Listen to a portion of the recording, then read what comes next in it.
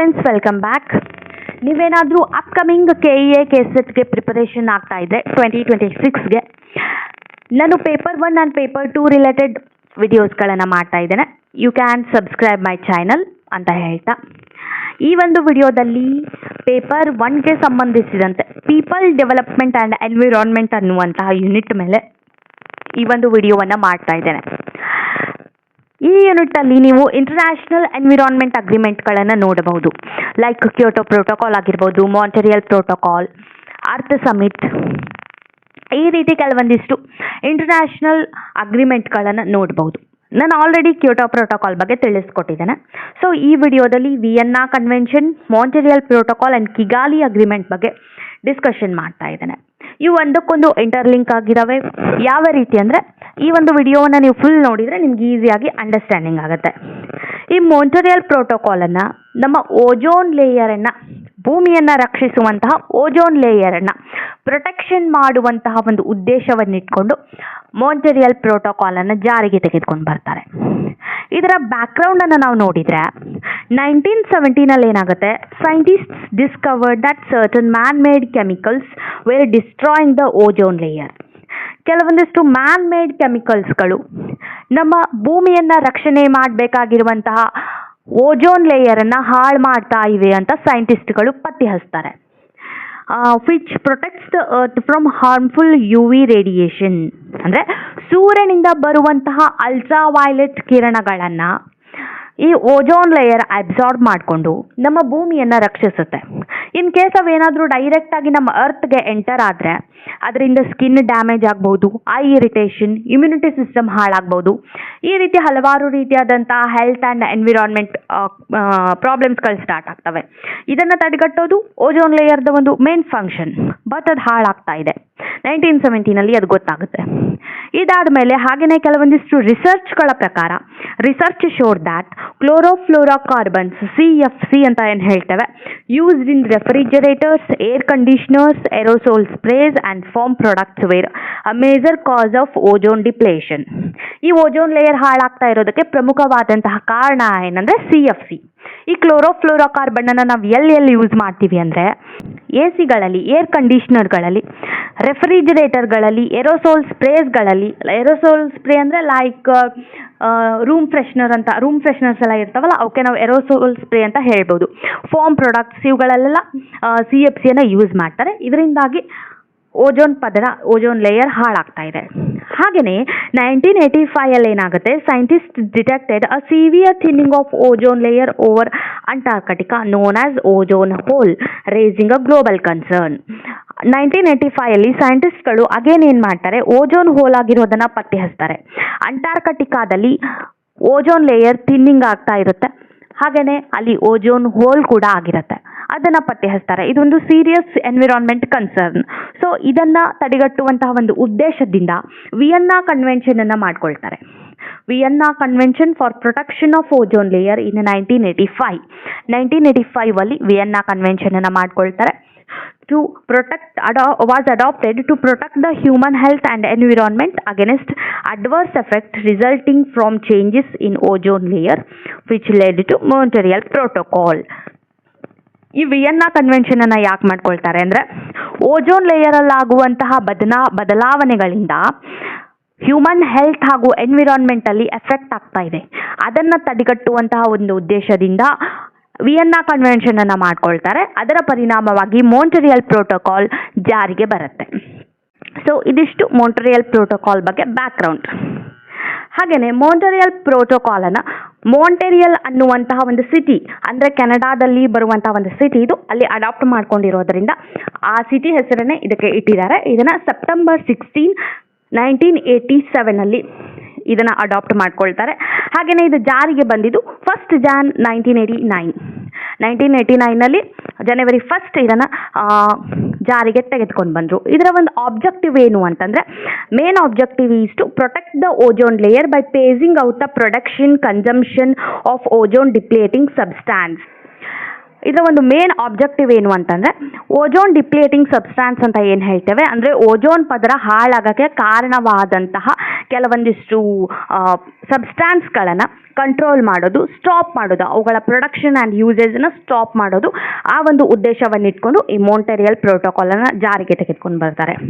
Ozone ಡಿಪ್ಲೇಟಿಂಗ್ ಸಬ್ಸ್ಟಾನ್ಸ್ಗಳು ಯಾವ್ಯಾವುದು ಅಂದರೆ CFC, chlorofluorocarbon, HCFCs, halons, carbon tetrachloride, methyl chloroform and methyl bromide, ಇವೆಲ್ಲ ODS ಅಂತ ಹೇಳ್ಬೋದು. ಅಂದರೆ ಓಜೋನ್ ಡಿಪ್ಲೇಟಿಂಗ್ ಸಬ್ಸ್ಟಾನ್ಸ್ ಅಂತ ಹೇಳ್ತೇವೆ. ಇವುಗಳನ್ನು ಕಂಟ್ರೋಲ್ ಮಾಡುವಂಥ ಉದ್ದೇಶವನ್ನು ಇಟ್ಕೊಂಡು ಈ ಮಾಂಟ್ರಿಯಲ್ ಪ್ರೋಟೋಕಾಲನ್ನು ಜಾರಿಗೆ ತೆಗೆದುಕೊಂಡು ಬರ್ತಾರೆ. The protocol follows the principle of common but differentiated responsibilities, giving the developing countries more time to comply. ಈ ಮಾಂಟ್ರಿಯಲ್ ಪ್ರೋಟೋಕಾಲನ್ನು ಕಾಮನ್ ಬಟ್ ಡಿಫ್ರೆನ್ಷಿಯೇಟೆಡ್ ರೆಸ್ಪಾನ್ಸಿಬಿಲಿಟಿ ಅನ್ನುವಂಥ ಒಂದು ಕಾನ್ಸೆಪ್ಟ್ ಮೇಲೆ, ಒಂದು ಪ್ರಿನ್ಸಿಪಲ್ ಮೇಲೆ ಇದನ್ನು ಅಡಾಪ್ಟ್ ಮಾಡ್ಕೊಂಡಿದ್ದಾರೆ. ಅಂದರೆ ಈ ಜಗತ್ತಿನಲ್ಲಿರುವಂಥ ಎಲ್ಲ ಕಂಟ್ರೀಸ್ಗಳ ಕಾಮನ್ ಒಂದು ಆಬ್ಜೆಕ್ಟಿವ್ ಏನು ಅಂತಂದರೆ ಓಜೋನ್ ಪದರವನ್ನು ರಕ್ಷಣೆ ಮಾಡೋದು, CFCಯನ್ನು ಪ್ರೊಡಕ್ಷನ್ ಆ್ಯಂಡ್ ಕನ್ಸಂಪ್ಷನ್ ಆಫ್ CFCಯನ್ನು ಕಡಿಮೆ ಮಾಡೋದು, ಕಂಟ್ರೋಲ್ ಮಾಡೋದು, ಇದೊಂದು ಕಾಮನ್ ಆಬ್ಜೆಕ್ಟಿವ್. ಬಟ್ ರೆಸ್ಪಾನ್ಸಿಬಿಲಿಟಿ ಬಂದು ಬೇರೆ ಬೇರೆ ಆಗಿರುತ್ತೆ.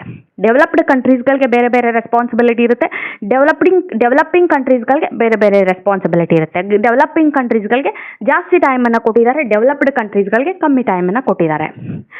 The protocol is considered one of the most successful international environment agreements. ಈ ಮಾಂಟ್ರಿಯಲ್ ಪ್ರೋಟೋಕಾಲ್ಗೆ ಒಂದು ಸಕ್ಸಸ್ಫುಲ್ ಎನ್ವಿರಾನ್ಮೆಂಟ್ಗೆ ಸಂಬಂಧಿಸಿದಂತಹ ಅಗ್ರಿಮೆಂಟ್ ಅಂತ ಹೇಳ್ತಾರೆ. ಯಾಕಂತಂದರೆ ಇದು ಕಾರ್ಯನಿರ್ವಹಿಸುವಲ್ಲಿ ಯಶಸ್ವಿಯನ್ನು ಹೊಂದಿದೆ.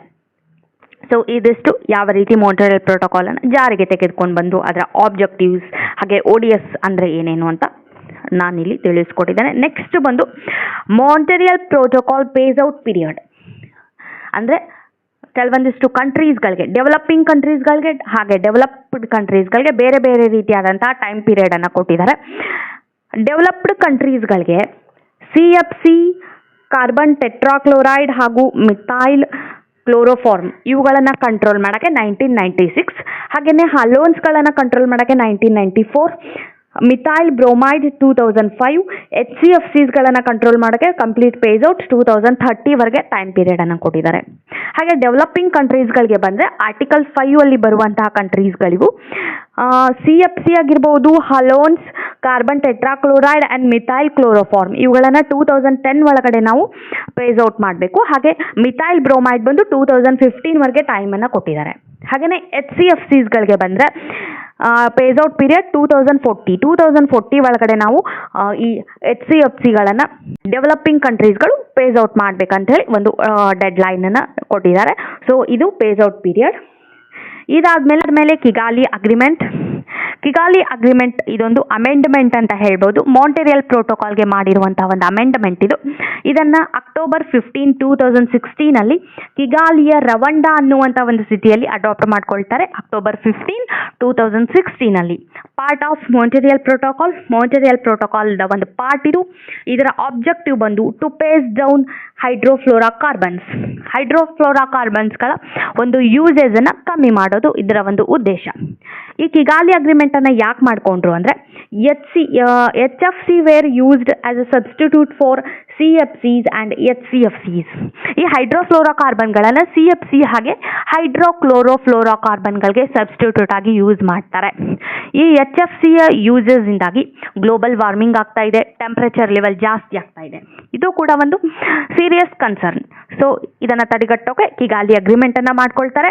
ಇದರ ಟಾರ್ಗೆಟ್ ಬಂದು 80 to 85% reduction in HFC use by 2047 ಒಳಗಡೆ 80 to 85% HFCಯಲ್ಲಿ ರಿಡಕ್ಷನನ್ನು ಮಾಡಬೇಕು. ಆ ಟಾರ್ಗೆಟ್ ಬೇರೆ ಬೇರೆ ಕಂಟ್ರೀಸ್ಗಳಿಗೆ ಬೇರೆ ಬೇರೆ ಆಗಿದೆ. 3 ರೀತಿಯಾದಂಥ ಗ್ರೂಪನ್ನು ಮಾಡಿದ್ದಾರೆ. Developing countries group 1, developing countries group 2 ಅಂತ ಹೇಳಿ 3 ರೀತಿಯಾದಂಥ ಗ್ರೂಪನ್ನು ನಾವಿಲ್ಲಿ ನೋಡ್ತೇವೆ. ಈ ಡೆವಲಪ್ಡ್ ಕಂಟ್ರೀಸ್ಗಳು 2019 to 2036 ಒಳಗಡೆ ರಿಡಕ್ಷನನ್ನು ಮಾಡಬೇಕು. ಅಂದರೆ 2019 ತಮ್ಮ ಒಂದು ಗೋಲನ್ನು ಸ್ಟಾರ್ಟ್ ಮಾಡಿ 2036 ಒಳಗಡೆ ಕಂಪ್ಲೀಟ್ ಮಾಡಬೇಕು with 85% reduction in HFC. Developing ಕಂಟ್ರೀಸ್ಗಳು ಬಂದು ಅಂದರೆ ಗ್ರೂಪ್ 1 ಅಲ್ಲಿ ಬರುವಂತಹ ಕಂಟ್ರೀಸ್ಗಳು 2024 ಅಲ್ಲಿ ತಮ್ಮ ಗೋಲನ್ನು ಸ್ಟಾರ್ಟ್ ಮಾಡಿ 2045 ಒಳಗಡೆ ಅದನ್ನು ಕಂಪ್ಲೀಟ್ ಮಾಡಬೇಕು ವಿತ್ 80% ರಿಡಕ್ಷನ್ ಇನ್ HFC. ಹಾಗೆ ಡೆವಲಪಿಂಗ್ ಕಂಟ್ರೀಸ್ ಗ್ರೂಪ್ 2 ಕಂಟ್ರೀಸ್ಗಳು ನಮ್ಮ ಭಾರತವು ಸಹಿತ ಈ ಒಂದು ಲಿಸ್ಟಲ್ಲೇ ಬರುತ್ತೆ. ರಿಡಕ್ಷನ್ ಸ್ಟಾರ್ಟ್ ಫ್ರಮ್ 2028 ಇಂದ ರಿಡಕ್ಷನನ್ನು ಸ್ಟಾರ್ಟ್ ಮಾಡಿ 2047 ಒಳಗಡೆ ಈ ಒಂದು ಗೋಲನ್ನು ಅಚೀವ್ಮೆಂಟ್ ಮಾಡಬೇಕು ವಿತ್ 85% ರಿಡಕ್ಷನ್. 85% ರಿಡಕ್ಷನನ್ನು 2047 ಒಳಗಡೆ ಡೆವಲಪಿಂಗ್ ಕಂಟ್ರೀಸ್ ಗ್ರೂಪ್ 2 ಕಂಟ್ರೀಸ್ಗಳು ಮಾಡಬೇಕಾಗತ್ತೆ. ಈ ಕಿಗಾಲಿ ಅಗ್ರಿಮೆಂಟ್ ಕವರ್ ಮಾಡಿರುವಂತಹ ಒಂದು sectors refrigeration, air conditioning, foam and aerosol. ಅಂದರೆ ನಾವು CFC ಅನ್ನು ಎಲ್ಲೆಲ್ಲಿ ಯೂಸ್ ಮಾಡ್ತೇವೆ ಆ ಸೆಕ್ಟರ್ಗಳನ್ನು ಈ ಕಿಗಾಲಿ ಅಗ್ರಿಮೆಂಟ್ ಕವರ್ ಮಾಡಿದೆ. Can avoid 0.4 to 0.5 degree Celsius rise in global temperature in this century.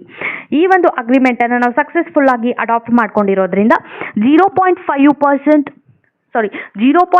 Degree Celsius ಅಷ್ಟು ಟೆಂಪ್ರೇಚರನ್ನು ಈ ಒಂದು ಸೆಂಚುರಿಯಲ್ಲಿ ನಾವು ಕಮ್ಮಿ ಮಾಡಬಹುದು.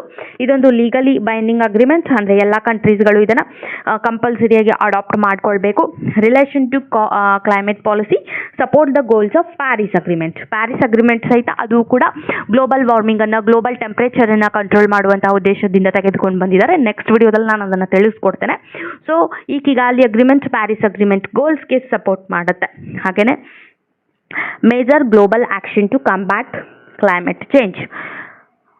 ಈ ಒಂದು ಕಿಗಾಲಿ ಅಗ್ರಿಮೆಂಟನ್ನು ಜಾರಿಗೆ ತೆಗೆದುಕೊಂಡು ಬಂದಿರೋದ್ರಿಂದ ಕ್ಲೈಮೇಟಲ್ಲಾಗುವಂತಹ ಚೇಂಜಸ್, ಅಂದರೆ ಟೆಂಪ್ರೇಚರ್ ಜಾಸ್ತಿ ಆಗ್ಬೋದು, ಗ್ಲೋಬಲ್ ವಾರ್ಮಿಂಗ್ ಆಗ್ಬೋದು, ಇವುಗಳನ್ನು ತಡೆಗಟ್ಟೋಕೆ ಯಶಸ್ವಿಯಾಗಿ ಗ್ಲೋಬಲ್ ಲೆವೆಲಲ್ಲಿ ಬೇರೆ ಬೇರೆ ಕಂಟ್ರೀಸ್ಗಳು, ಡೆವಲಪಿಂಗ್ ಕಂಟ್ರೀಸ್ ಆ್ಯಂಡ್ ಡೆವಲಪ್ಡ್ ಕಂಟ್ರೀಸ್ಗಳು ಯಶಸ್ವಿಯಾಗಿದ್ದಾವೆ ಅನ್ನೋದನ್ನು ನಾವಿಲ್ಲಿ ನೋಡಬಹುದು.